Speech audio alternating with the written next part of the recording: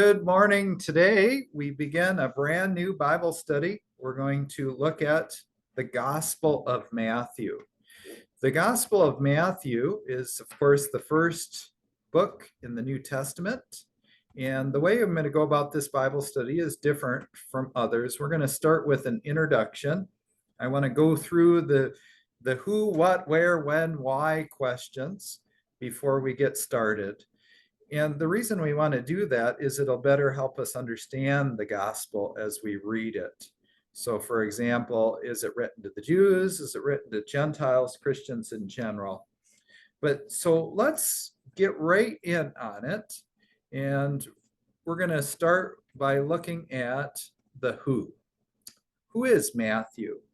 There was really no one questioned who wrote this gospel until the 19th century.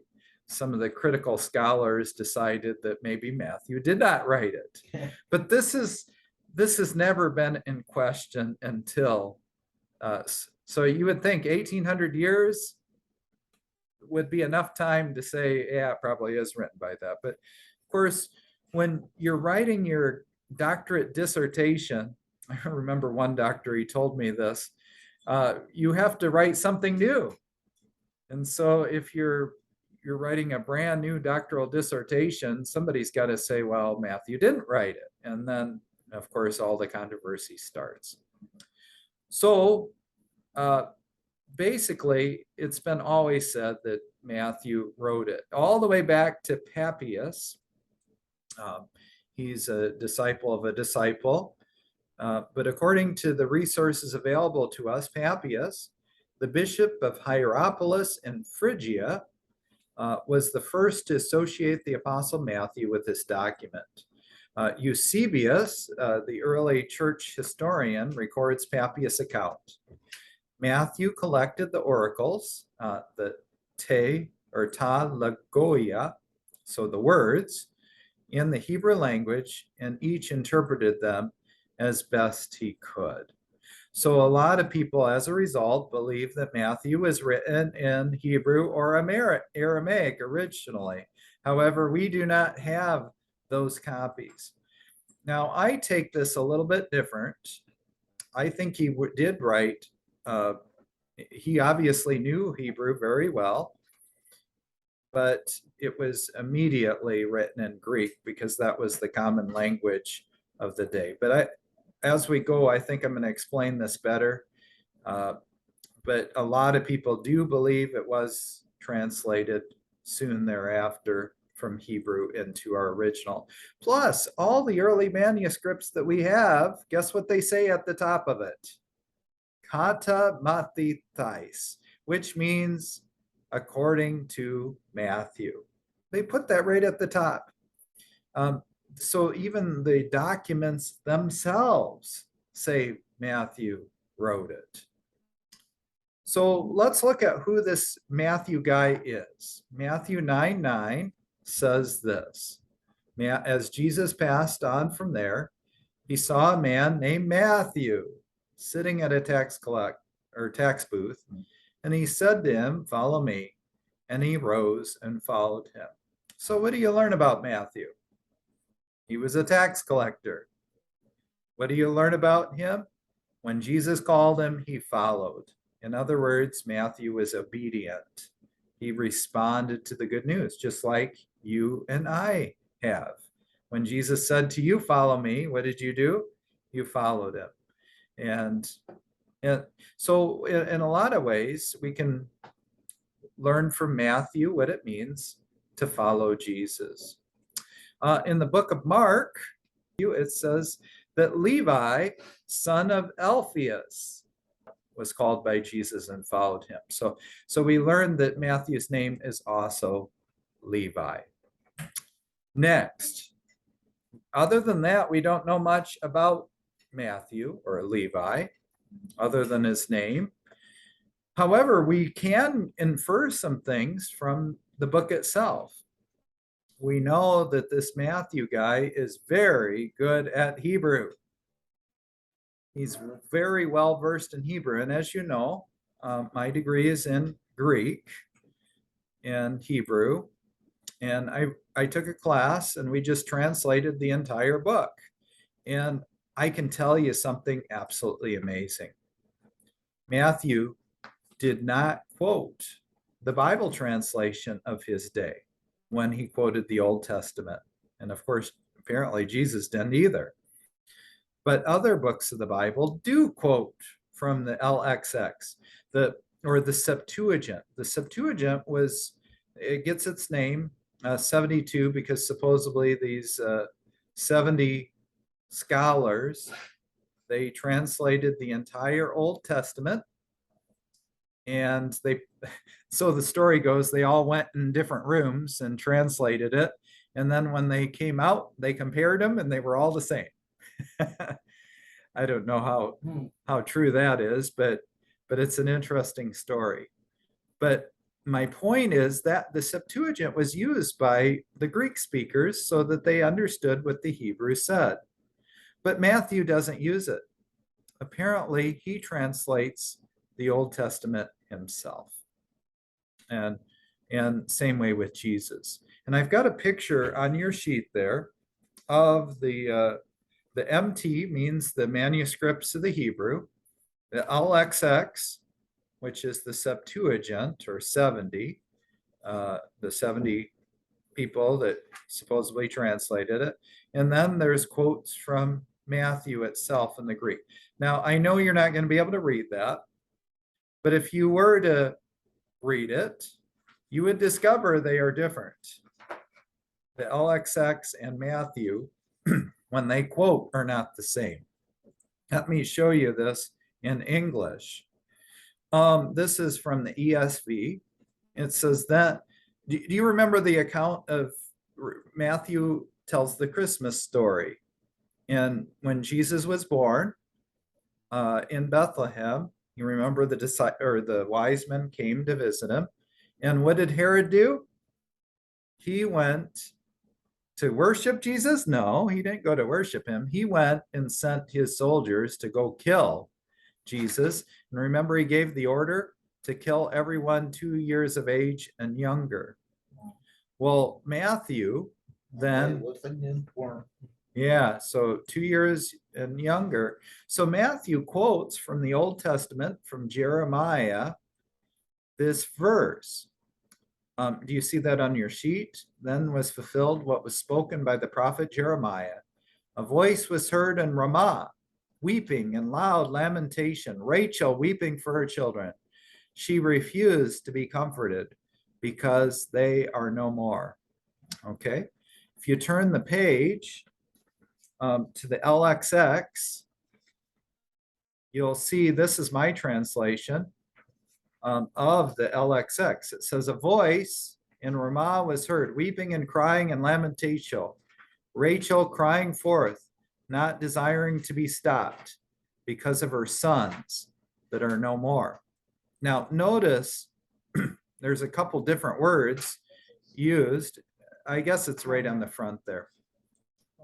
So notice that the LXX uses the word sons, whereas the original Hebrew uses the word children. So you can see it means the same thing, but they use different words. And then the crying forth versus much crying. So it's actually worded differently. And so Matthew uses more of a close rendition of the Hebrew, whereas the Septuagint, or the 70, uses more of a little bit more paraphrase. So they actually quote it differently. So the reason I bring this up is this tells you something about Matthew. Matthew really knows his Hebrew quite well. In fact, it seems that Matthew was trained with the skills of a rabbi. And this would make sense. A rabbi, or a teacher or pastor of the day, what happens to this is a theory I heard by Dr. Lewis Brighton, and it makes a lot of sense. It could be, if you've got a pastor in 2022 and they screw up in ministry, In other words, they aren't very good at being a pastor. What job can a pastor do after they screw up? Well, guess what they usually become? Salesmen or insurance agents or tax collector, IRS. They're good at selling things. They're good at talking and communicating. So in our church body, in the Lutheran Church, a lot of ex-pastors become Thrivent or AAL or insurance agents. So this is Dr. Brighton's theory. So he becomes a disgraced tax collector, but then Jesus calls him back into the ministry again. And this would explain why he is so good at his Hebrew, and also explains why he is so good at quoting the Old Testament. In fact, Matthew's the only gospel writer to do this, but he quotes multiple passages and pushes them together as one. And that's a technique that only the rabbis use. Now, I'm not saying that maybe he is just it's possible that he's just a tax collector, but he's a really good Bible believing Jew. And he studied his Hebrew really well. But it is kind of interesting that he knows how to quote like the rabbis. Now, granted, he learned under Jesus the next 3 years. So I suppose Jesus may have taught him that. But why did Luke and Mark and John not do that, though? Why only Matthew? Matthew is quite different from the other Gospels. Now, if you look up and do any reading on Matthew, Mark, Luke, and John, you will hear this theory that Matthew really just stole everything from Mark. And it is true that they are very similar. In fact, 90% of the words in Matthew of the sections that are also in Mark are the same. However, notice what I just said, 90% the same. That does not mean they stole or Matthew stole from Mark. What that really means is that they are in agreement. In fact, you would expect that if Jesus taught the disciples how to teach others, that they're going to teach very much the same. In fact, I would hope they would see the accounts very much the same. Now, John obviously is quite different from Matthew, Mark, and Luke.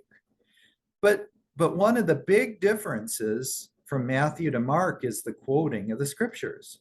He always does it from the Hebrew, not from the Greek.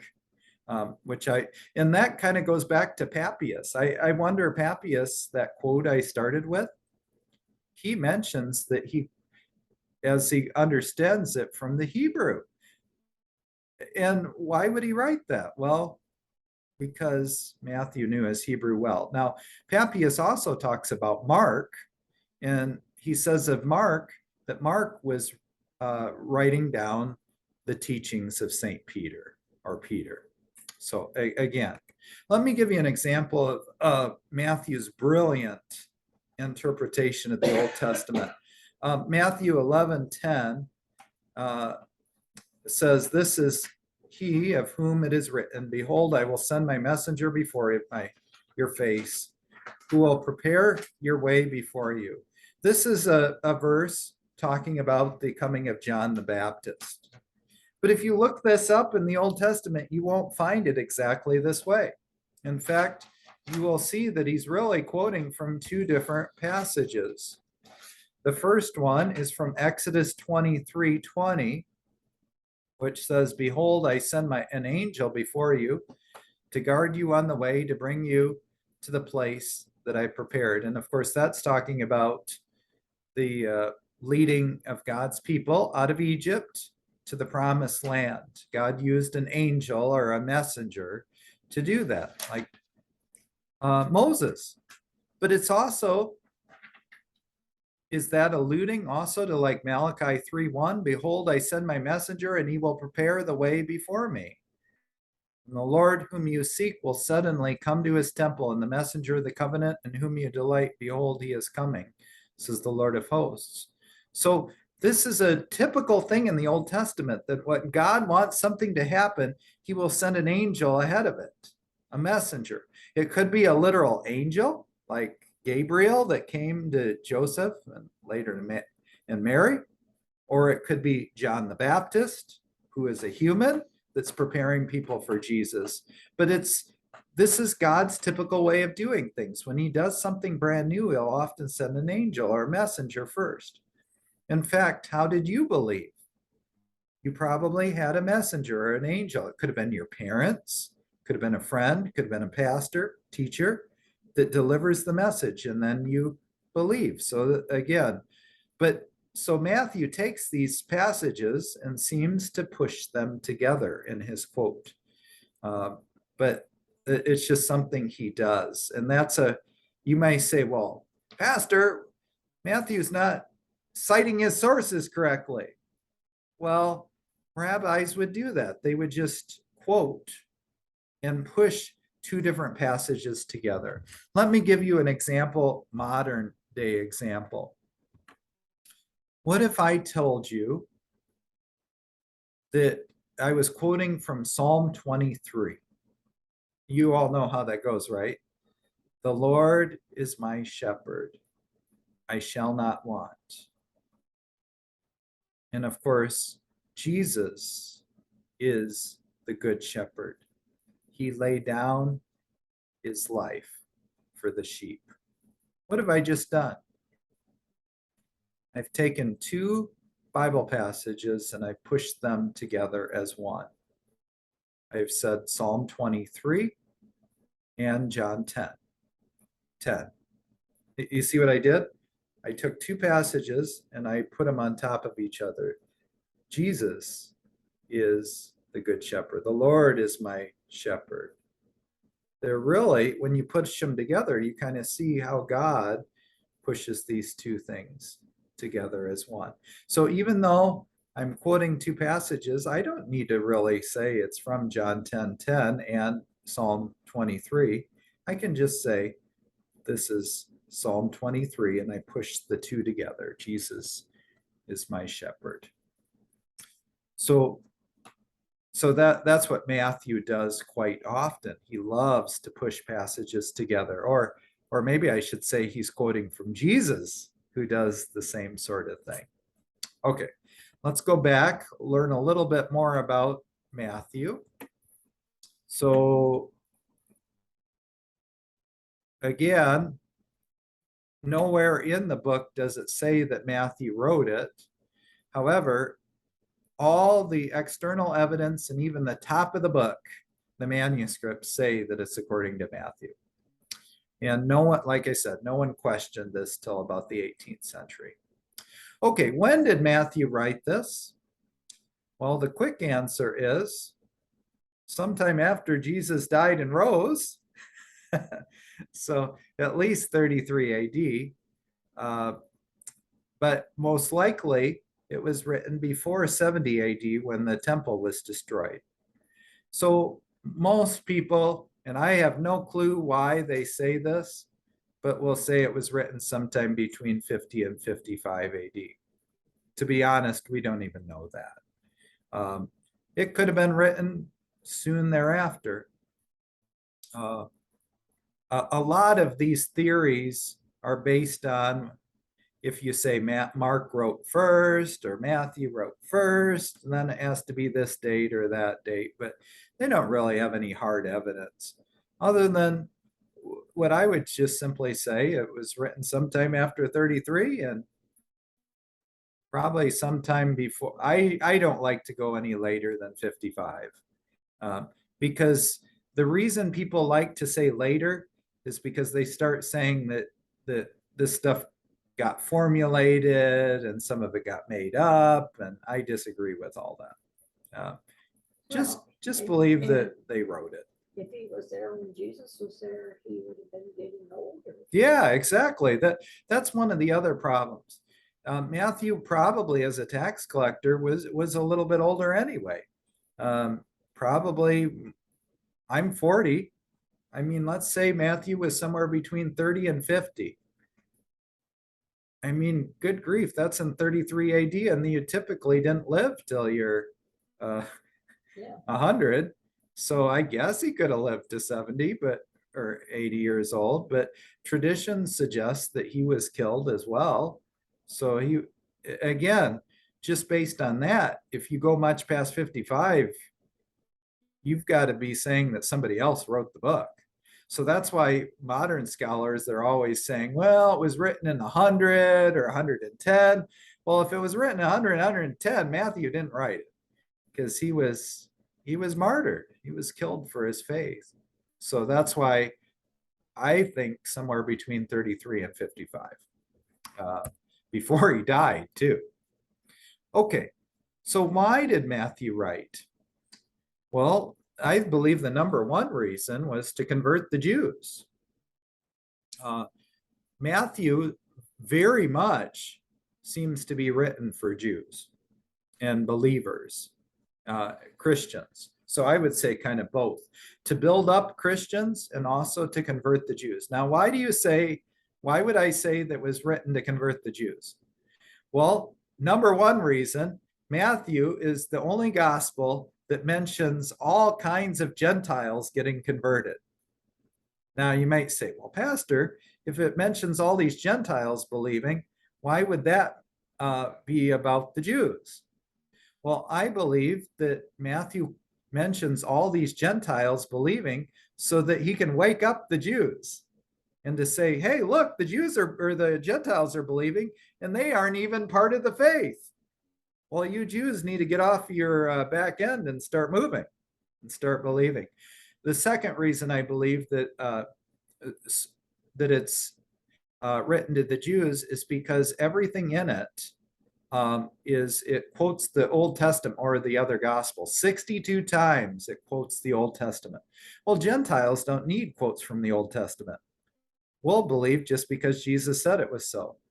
But a Jewish person needs to have proof. And so over and over and over again, Matthew quotes from the Old Testament.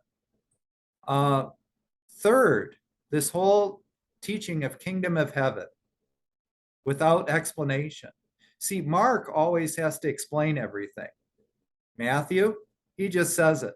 He assumes that we as the reader know what he's talking about, which is quite interesting. So that's why I think that he's writings primarily so that the Jews will believe. Now, like I said, the second purpose is for just plain Christians to be supported and built up in their faith, like you and I. We're kind of that group of people. It's written to build us up, but it's also to convert those Jewish people. Not that it can't convert Gentiles as well. But remember the very first person that believes, other than Matthew, or not Matthew, but Joseph and Mary, but it's these magi. They travel all the way probably from Babylon, and they're not even necessarily Jews. And they come, and what do? They worship him. So they're Gentiles. And what do the true believers or the Jews do? They question it. They don't get why anyone would follow him. But Matthew shows them this is why you should follow me. Yeah. Okay. Outline. Oh, this is a big question. How do you outline the book of Matthew? Well, lots of different people have different ways of doing it. You could organize it around the discourses or the teachings of the book. You could organize it around the miracles, or we could just do a generic outline and just put it in order for what comes first. So let me show you what that would look like. So if you organize it around the teaching, the book starts with the preaching of John the Baptist, and then the very first sermon is the Sermon on the Mount. So, and of course, it kind of teaches how to live what the kingdom of God looks like. Then there's the commission of the apostles, and he teaches them what they're supposed to be doing. There's a whole section of parables. He talks about the meaning of forgiveness. And that's kind of a famous chapter, Matthew 18. If somebody wrongs you, what are you supposed to do? Go and show them their fault just between the two of you. And if they listen to you, you've won your brother over. But if not, bring somebody else along. And then finally bring it to the whole church. But the goal is to restore people back to the kingdom. He denounces the Pharisees in chapter 23. There's a whole teaching about the Pharisees. Then there's the prediction of the end, the destruction of Jerusalem, and of course the end. And then lessons from the kingdom of God, and then finally the Great Commission. So I suppose we could organize the book that way. Or miracles. You could read the book in terms of its miracles. The first miracle in the book, there's these 7 major miracles. The calming of the storm at the sea, feeding the 5,000, Jesus walking on water, Jesus feeds the 4,000, Jesus is transfigured on the mount, temple tax miraculously found in the fish's mouth, and then Jesus cursing the fig tree. Okay, so you could organize it that way. I found this website, yeshuaboyton.com, and it organized the miracles. In total, there's 27 miracles recorded in the book. They consist of 18 healings, 7 wondrous miracles, which we just looked at, 4 exorcisms, and 1 passage speaks of Jesus raising the dead. Some of the accounts overlap between the categories and therefore count multiple times. Anyway, that's kind of interesting. So lots of miracles in the book. Okay, then a general outline. So the first chapters are the prophecies of the Messiah, then 4 to 7 are the principles of the Messiah, in other words, what his ministry is based on, the power of the Messiah. Oh, by the way, if you want to take this, this is where I got this from. This is this Farrell Jenkins. You can search him out, and it goes into this outline that he has really in depth. It's like he wrote down the whole book on a sheet, but you can kind of see that how the book kind of goes together. So like the principles of the Messiah, you kind of see the imprisonment of John, the fishers of men, the teaching in the synagogues, the Sermon on the Mount. I mean, that's all going on in there. The power of the Messiah, and this is pretty typical. The Gospel of Mark does the same thing. It starts with these miracles that prove who Jesus is. So before I go any further, I want to give you another really simple outline of the book of Matthew. And a lot of scholars won't do this, but I think it's a good way to go through it. The Matthew organizes Jesus' life as another version of the children of Israel. So think about it this way. What happened to the children of Israel? Abraham, and then there's Isaac and Jacob. And what did Jacob's children do? The 12 brothers? They threw Joseph in a well, right? And what happened to Joseph? They took him to Egypt. And what did he do while he was in Egypt? He came to power, second in command, and saved all the people. And then what did they do? They came through the water, the Red Sea, and then they came to the mountain, right? And got the 10 Commandments.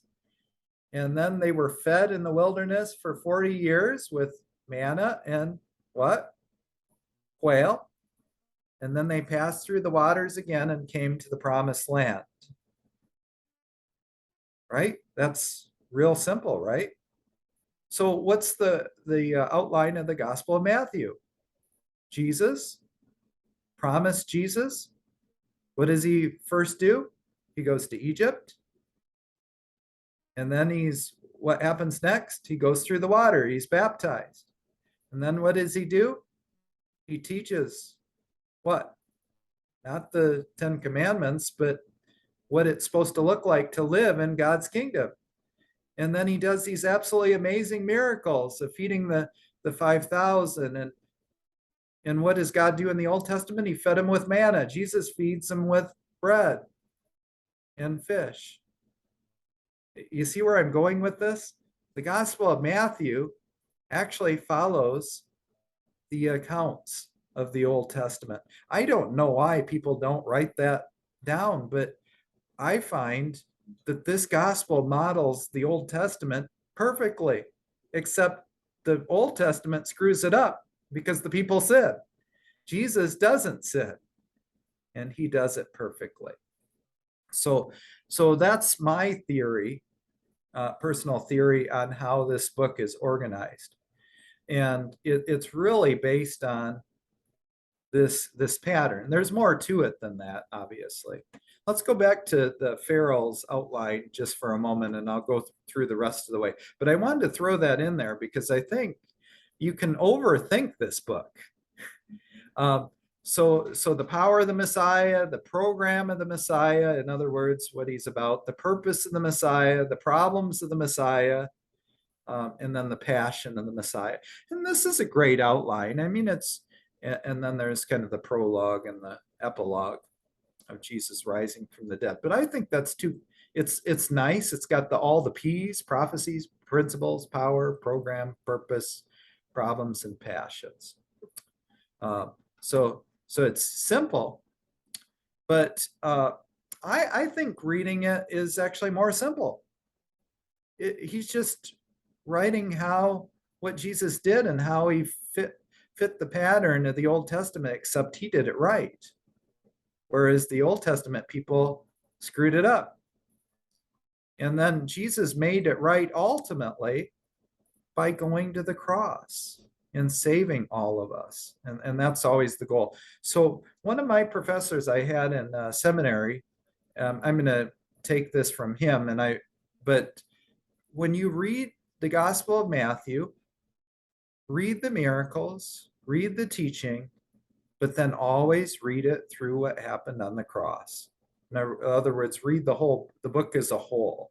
So if you really want to outline it well, read the miracle and then go to the cross. Read the teaching and then go to the cross. If you really want to understand it, that's the way to do it. And there's other outlines that we could do of this book. And if they're helpful, good. If not, look at a different one. But I'm going to use, as we go through it, the one that I just suggested of kind of look at Jesus' life in terms of how it should have gone. So without further ado, shall we read a little of Matthew? Okay.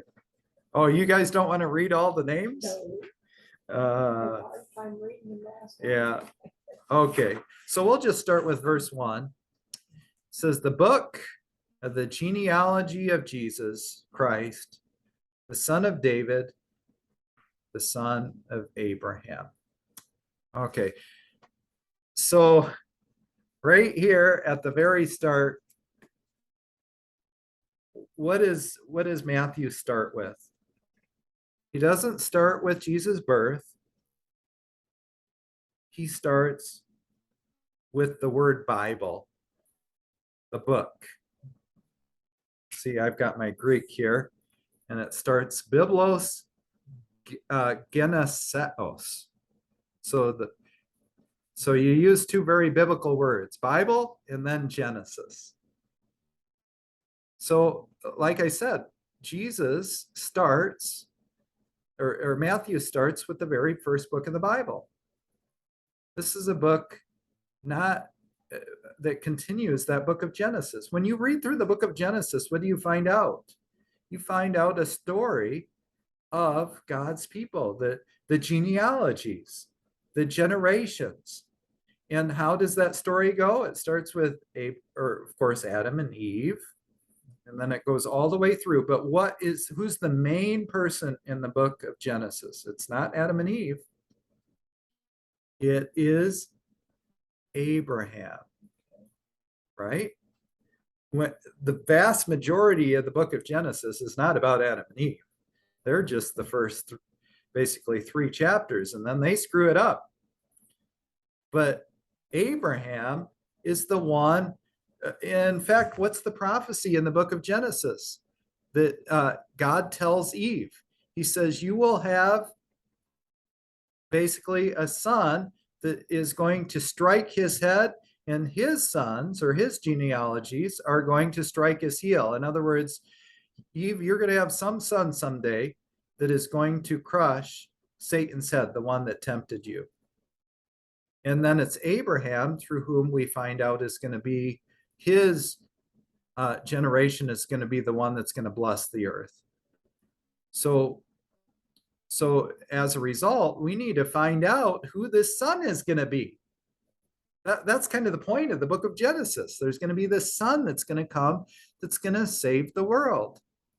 So how does Matthew start? Let's find out who the son is.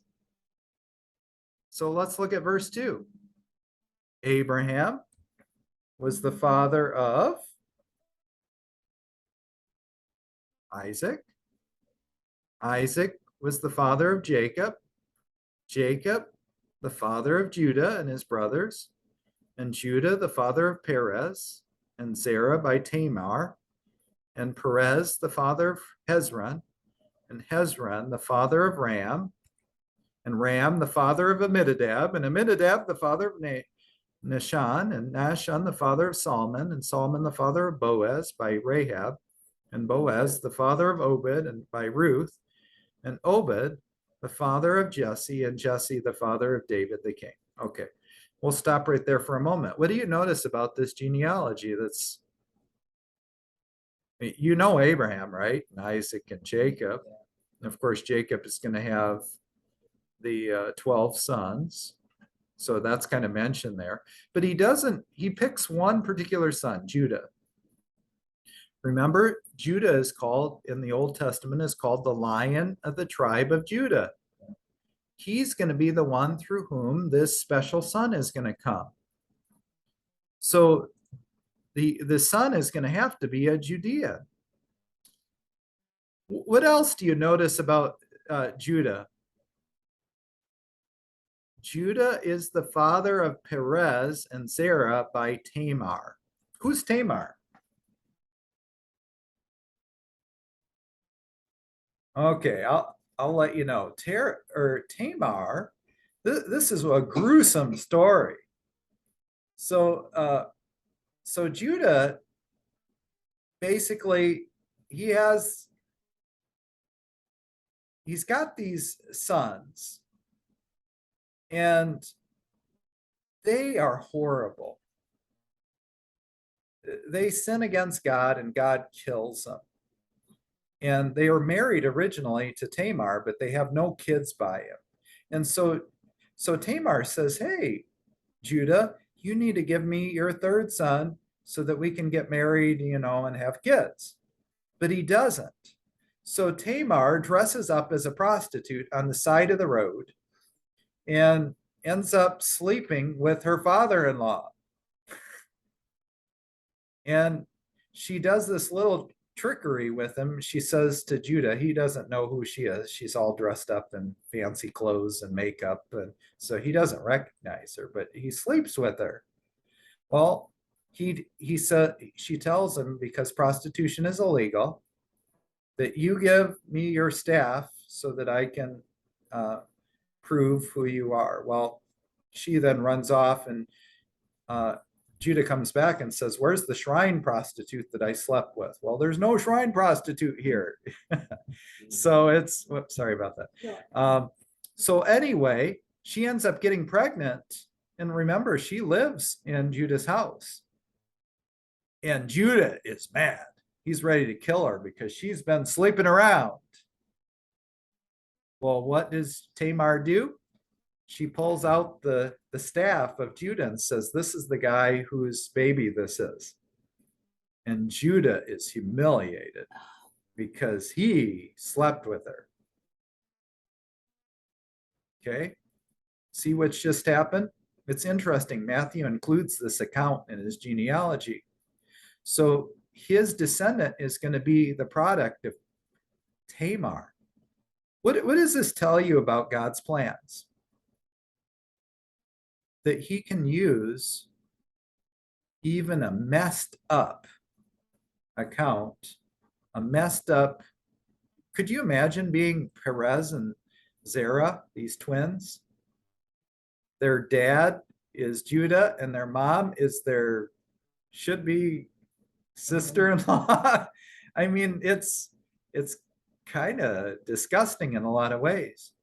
But what's the point? Do we have people today that have children out of wedlock that do some kind of scandalous things? You better believe it. Can God use those people, even though they've completely messed it up and done it the wrong way? The answer is yes. After there's forgiveness, God can use such a person. So Tamar is part of the family tree of the coming Messiah. And then if you look at verse 4 and 5, Boaz. Remember Boaz? Who does he marry? This lady by the name of Rahab. Who is Rahab? You remember Rahab? She was a prostitute. She lived in the city of Jericho. Remember the city of Jericho? Rahab let these spies from the people of Israel come in and stay in the house, and she protected them. And what did she do? She hid them and sent them away. And then the spy says, we will remember you if you put this cord down your room window, and we won't kill you when we come if you put that cord down there. And so when they come, remember, they marched around the city the 7 times, and then they shouted and blew the trumpets, and the walls of Jericho came tumbling down, as the song goes, except for Rahab's house. Hers wasn't destroyed, and they saved her. And she ends up getting married to Solomon. I actually said that wrong. Boaz didn't marry Rahab, but Solomon did.